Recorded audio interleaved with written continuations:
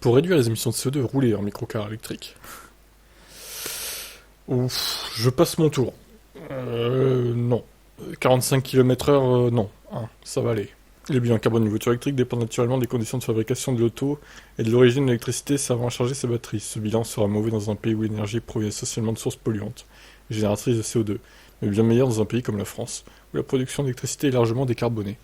D'après l'étude de Carbone 4 datant de 2022, sur le sujet, par exemple, une voiture électrique de l'Union Européenne émet en moyenne 53% de CO2 en moins sur une utilisation sur 150 000 km par rapport à une thermique. D'après la même étude, même dans les pays comme l'Inde, le bilan reste légèrement favorable aux voitures électriques par rapport aux thermiques. Même en Inde, oui, incroyable. Et comme le pointe une nouvelle infographie réalisée par Carbone 4, ce bilan carbone est logiquement bien meilleur encore pour les microcars électriques, ces véhicules commençant à se multiplier sur le marché depuis le succès de la Citroën Ami, qui forme désormais une vraie catégorie à part. Carbone 4 chiffre à 190 grammes par kilomètre l'équivalent CO2. Les émissions d'une voiture thermique classique pendant sa vie à 80 grammes par kilomètre en moyenne pour une électrique et seulement 26 grammes pour une microcar électrique. Ah ouais, c'est 3 fois moins, voilà, tout simplement.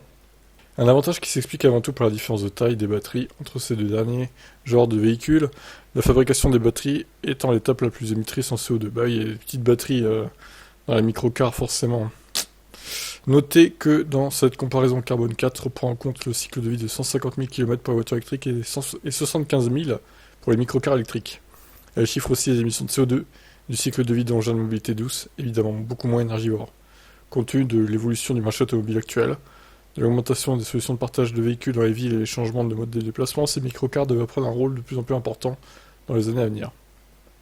Si ça se trouve, un jour, il y aura des vignettes autorisant seulement les microcars électriques et même pas les voitures électriques normales, quoi. Ça serait incroyable. Mais en vrai, ça me paraît plausible, hein. Donc voilà, écoutez cette étude. Il y a aussi le vélo mobile, hein, 9,1 et le vélo 2,3.